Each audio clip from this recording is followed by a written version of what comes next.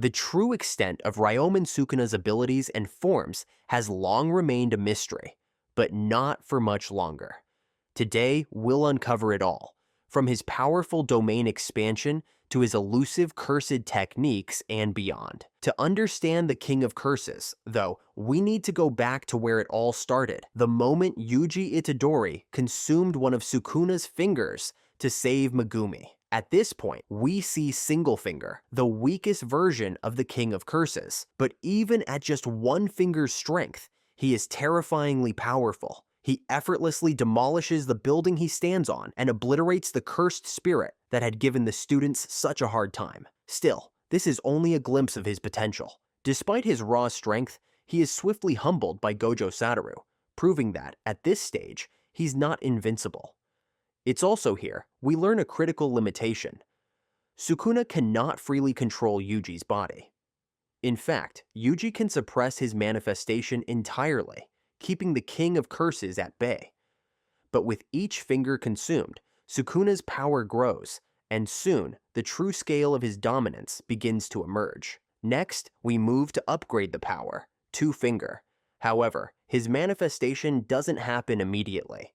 We learn that if Sukuna's fingers are consumed one at a time, Yuji can suppress him entirely. The turning point comes during the Juvenile Detention Center mission. After Yuji loses to the Finger Bearer, he willingly switches control to Sukuna. This marks a significant moment. It's the first time we witness Sukuna unleash his abilities, including his devastating domain expansion, Malevolent Shrine. What makes Malevolent Shrine truly exceptional, even among domains, is its lack of a barrier. Instead of being confined to a set space, it's been described as divine, like a master artist painting not on a canvas, but on the air itself. By intentionally allowing an escape route for opponents, he forges a binding vow that expands the domain's effective range to a massive 200-meter radius. The mechanics of the Malevolent Shrine are deceptively simple, but terrifyingly effective. Within its radius, two relentless slashing techniques, Cleave and Dismantle, are at play.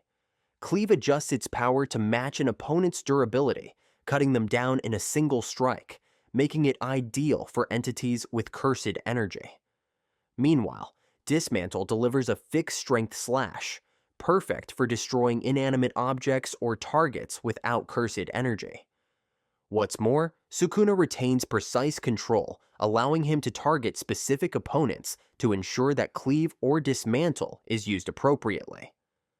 This devastating display is first seen against the Finger Bearer, where his domain effortlessly obliterates the special grade spirit.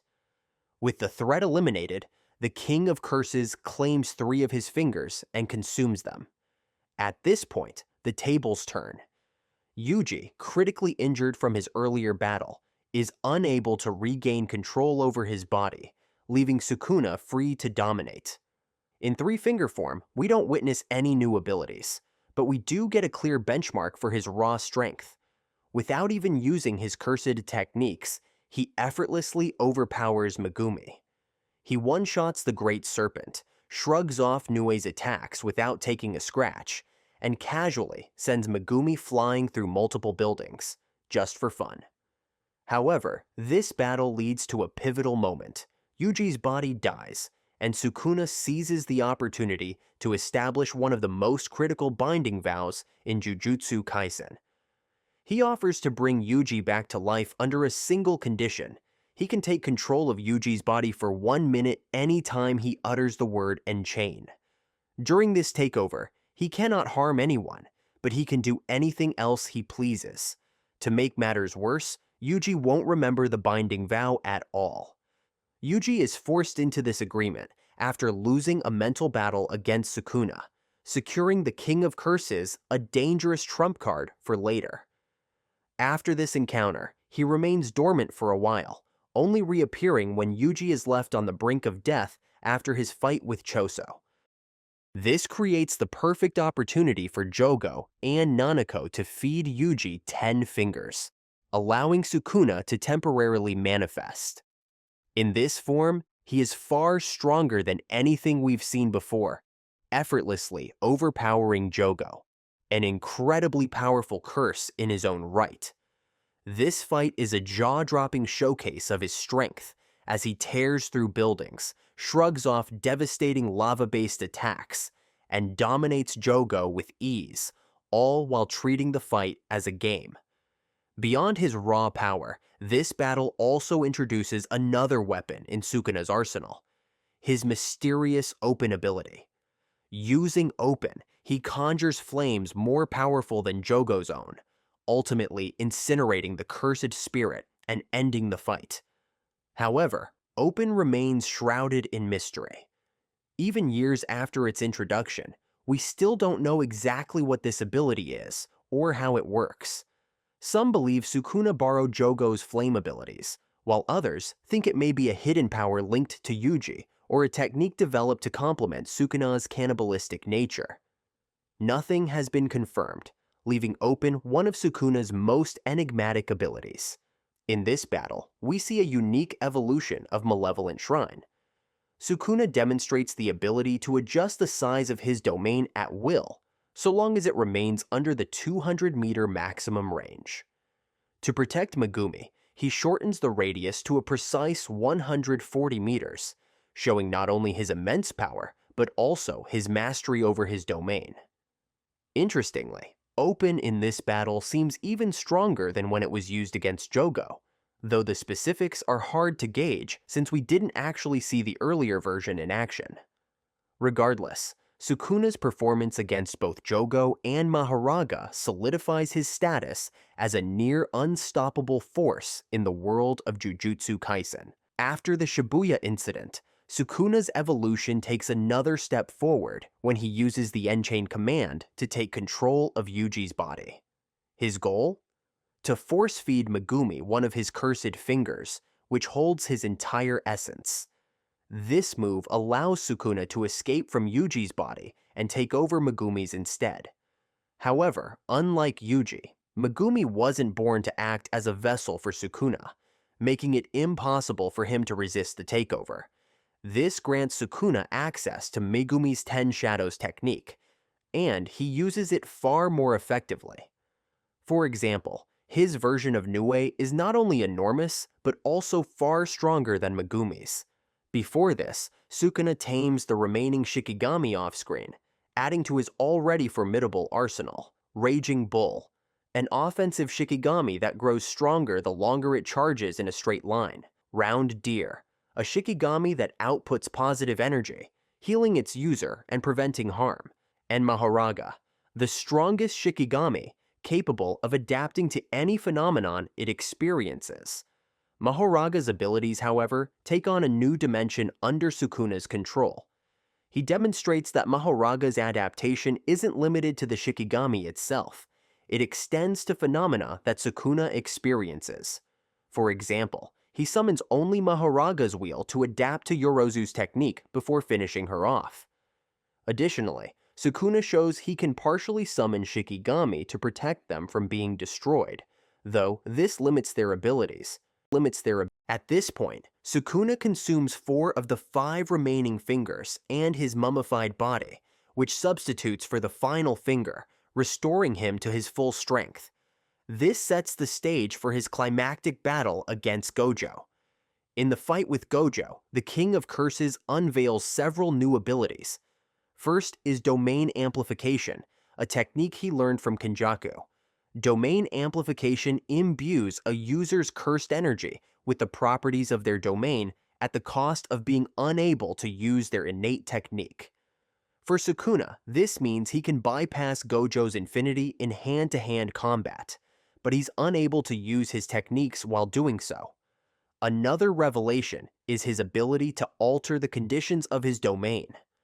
Through a binding vow, he can manipulate its size, adjust the strength of the sure hit effect, craft a barrier around his normally barrierless domain, and even use domain amplification inside his domain, something thought to be impossible. He also demonstrates that he can bypass technique burnout by using reverse curse technique to repair the brain regions responsible for Jujutsu. While this comes with immense risks, it allows him to push his abilities further than any sorcerer before him. Interestingly, during the fight, Sukuna struggles somewhat in hand-to-hand combat against Gojo. He appears to take more physical damage than he dishes out, though this could be a testament to Gojo's overwhelming skill in close combat. Another theory is that the king isn't as refined in this area compared to his mastery of techniques. The most devastating reveal, however, is Strong Dismantle, an adaptation achieved through Maharaga. Unlike Sukuna's standard dismantle, Strong Dismantle slashes through space itself, effectively bypassing all forms of durability and defensive techniques. This makes it one of the most overpowered abilities in the series, as it can obliterate anything within its path, with no viable counter besides dodging. It's Strong Dismantle that delivers the killing blow to Gojo, as no defense can stop a slash that targets the very space an object occupies. The only known theoretical counter might be the inverted Spear of Heaven, but it's currently absent from the story, making Sukuna's technique virtually unstoppable. With this overwhelming display of power, Sukuna approaches his final, most terrifying form, his true Heian Era self. Sukuna's true Heian Era form represents the pinnacle of his power and offers him overwhelming advantages in battle. This form, which features 4 arms and multiple mouths, might seem minor on the surface, but in the context of Jujutsu sorcery, it provides an unparalleled boost. Hand signs and incantations are crucial elements in sorcery, as they amplify the strength and efficiency of cursed techniques. Throughout Jujutsu Kaisen, it has been shown that sorcerers rely on chance to push their abilities to maximum output. For example, Gojo uses incantations to strengthen Hollow Purple, showcasing how critical these elements are to elevate a technique's power beyond its normal limits. Sukuna, with his extra arms and mouth, completely bypasses the limitations that other sorcerers face. While ordinary sorcerers must pause or create openings to chant and form hand signs, Sukuna can multitask effortlessly. He can chant incantations mid-battle without sacrificing his offensive or defensive capabilities, as seen in his fight against Kashimo. During this clash, he was able to monologue while chanting, enhancing the strength of Dismantle to devastating levels. This unique ability to continuously boost his techniques while remaining fully engaged in combat sets him apart and makes his true form a significant advantage. The additional arms also bolster Sukuna's hand-to-hand combat skills. While his physical combat may have seemed underwhelming in borrowed bodies, his true form reveals his mastery of fighting techniques. With 4 arms, he can overwhelm opponents, attack from multiple angles, and wield cursed tools simultaneously. In this form, he also makes use of Kamutoke, a cursed tool created by Yorozu upon her death. While it seems to be a replica of his original Heian Era weapon, Kamutoke already demonstrated its devastating power, such as producing lightning to devastating effect. This weapon likely mirrors one of his original cursed tools, Heian and Supreme Martial Solution, which he wielded during the Heian Era to crush anyone who dared oppose him. During his time as the strongest sorcerer in history, Sukuna decimated legendary groups like the Sun, Moon, and Stars Squad, the 5 Empty Generals, the Abe clan's elite forces, and the Sugawara clan remnants, ancestors of Gojo and Yuta. These feats solidified Sukuna's status as an unmatched force in the Jujutsu world. Towards the end of his life in the Heian Era, he achieved immortality by transforming himself into a cursed object, a technique taught to him by Kenjaku. Remarkably, Sukuna mastered it on his first attempt, further showcasing his brilliance. Around this time, he also formed a binding vow with Kenjaku. Though the details remain unknown, his relationship with Uraume also began during this period. Uraume, likely using her ice techniques to preserve food in an era without refrigeration, played a supporting role in his survival. While the true nature of their bond remains ambiguous, their reunion in the modern era and Uraume's reaction to Sukuna's praise suggest a strong connection, possibly one of loyalty or friendship. The king's true form embodies calamity.